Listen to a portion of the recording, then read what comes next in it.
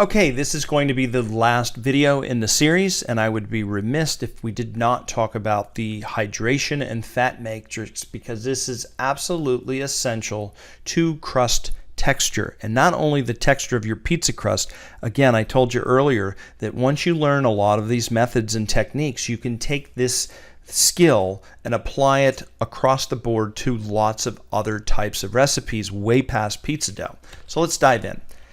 First, let's begin with something called texture terminology. And the first one is hydration. So what exactly is hydration? Hydration refers to the percentage of water to the flour ratio. And that was based on our baker's percentage, or the Sodena's method, in our recipe formula for making pizza crust. We use 70% of the flour's weight in water, and that is what is referred to the hydration. Now, what does hydration do regarding texture?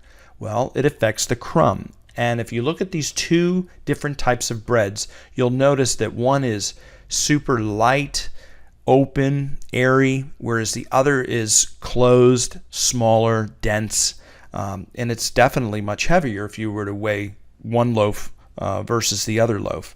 And so what the crumb is, it's just simply the texture inside of the bread. And those big, light, airy, fluffy air bubbles are from the CO2 that has escaped from the yeast as it's done its fermentation job. Now, it is typically a higher hydration that accomplishes this, because the lower hydration makes a very, very dense type of crust. And so let's look at that a little bit more closely when we start looking at the texture and kind of some general rules of thumb. So higher hydration means a larger crumb. Those are those big air bubbles. And that's due to the fact that the yeast outputs more CO2 gas, which makes the air bubbles. And then more water means a much thinner dough, and that means it's easier and more pliable, and the gas can easily move through it. So if you think of something that's viscous or thick, right, that's still a liquid, if you think of a liquid soap to blow bubbles with, try blowing pudding bubbles. I don't know that anybody has a childhood that they remember blowing pudding bubbles, but nonetheless, it's pretty much almost impossible. You know, I never want to say never, because, you know, somebody can get creative and come up with some crazy way of doing it. But anyway, hydration matrix. This is something that can be kind of a good glance general rule of thumb. So I want you to start thinking about this. Maybe come back to this video after you've mastered the pizza crust, after a couple days or weeks or months or whatever it may be, and just understand that the lower percentage or hydrations, so 55 to 58% water to flour ratio, is going to get you that dense, tough, chewy type of texture. And this is desirable when you're making bagels and rye bread and pretzels, but it's maybe not so much for our pizza dough recipe, right? And then the middle ground is 60 to 65% hydration. And these are things that you use almost exclusively, almost all the time in baking. And this is also what other pizza dough recipes use. I personally don't prefer it that way, but if you choose that you want a more dense crust, then you're not satisfied, because, you know, everybody's an individual, and that's the beautiful part about this. There's no really, really wrong way when it comes to preference. There's a wrong way when it comes to maybe technique, but as far as personal preference, look, this is your pizza. You know, you get to eat it, nobody else. So you make it the way that you want it. But this is just a guide to kind of help guide you and educate you on what the different outcomes are going to be. So with this education, you can make something that's absolutely to your own delight. All right, so let's talk about the final pieces here, and that's the fat matrix. Now, this really has nothing to do with pizza dough, but again, I want to bring that extra value and get you to start thinking and maybe get excited about making other things besides just the pizza crust, especially once you, get to master this. So again, lean versus enriched. So what does that mean? Lean basically means things like vegetable oil, olive oil, things of that nature. When we start talking about enriched and rich, we're talking really about dairy products. And so enriched is really something as light and cloud fluffy. Think of a Hawaiian roll or a dinner roll, that weird, soft and fluffy, almost cloud feel in your mouth when you're eating one of those types of rolls versus something that is a little bit more chewy, has a little bit more texture. And there's different types of ingredients that you use to accomplish that. And that is basically either no fat at all, which is lean, or you use these enriched products like, milk especially is used in rolls.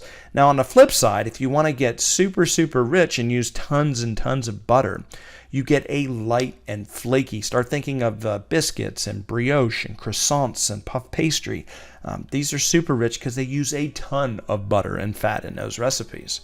So for our pizza texture, we use the higher hydration to ensure a light and airy and fluffy interior, but we also want to make sure that it has a chew to it, a little bit chewy. And so for that, we use flours that are higher in protein content. You want to use something that's at least 12% or higher. So make sure you look at the ingredients on the bread flour. And if it doesn't have at least 12% or higher, you can still use it. Just understand that you won't get that chewy style type of crust. King Arthur is a really good brand for the bread flours, available in just about everything. And then they also make Sir Lancelot. There's Bouncer. There's a ton of flours out there that are really high protein type flours that's excellent for pizza. And the other thing too here is that we need to bake our pizza at the highest possible oven temperature to ensure that you get a crispy crust. So you want a crispy exterior, a little bit of chewy on the crust, and a really light and fluffy on the inside. Now we do use sugar in our recipe, and that's because it helps with the browning. These ovens in our homes only get between 500 to 600 degrees at best, right? So sometimes you'll get a darker, like maybe the cheese will burn before the crust, and that's why we use the sugar to help with that process. And for the most part, it produces the most consistent results. Now there are a few exceptions to the rule, but I've got an answer for that. Now this looks like, what is this stuff, right? Diastatic malt powder, is some kind of poison? No, all it is barley, right? It's malted barley. And what that means is, imagine a grain of barley, stick it in some water and let it start to grow where the root starts to come out. It's called like a sprout. And when that happens, what they do is they pull it out of the water and they dehydrate it and dry it. Well, something magical happens when that sprouting occurs. You get an enzyme in this barley. And because it's roasted, it gets that nice caramelly type flavor, and it's almost very sugarous. Now, when this interacts with the yeast, just like regular sugar, that's what the yeast will feed off of. It feeds off of sugars. So the diastatic malt powder is another source of sugar. Now, why do we want to use this? Well, maybe you're having a problem with the yeast rising for you in your area. You can try a little bit of this, between 1 to 2% if we're using that baker's percentage or the Sodano's method.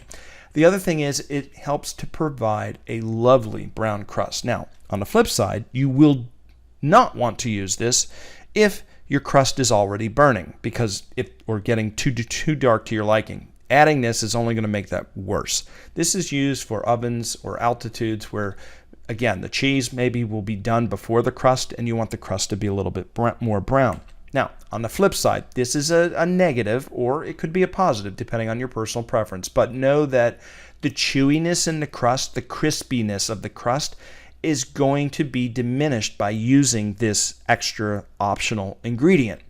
And that's because of what it does to the texture. Basically, it'll come out crispy, and in 3 minutes or near instantaneously, instead of being crispy, it'll just go to being soft. So it's up to you. It's really good in a Sicilian style type based pizza if you're having a hard time getting it to brown. But anyway, that's what you would use it for and why you would use it. Okay, that's it for this. We will see you in the next series, which is going to be the sauce. And oh man, guys, stay tuned for that, because this is where the pizza really starts to kick up a notch and where you get the excellent flavor.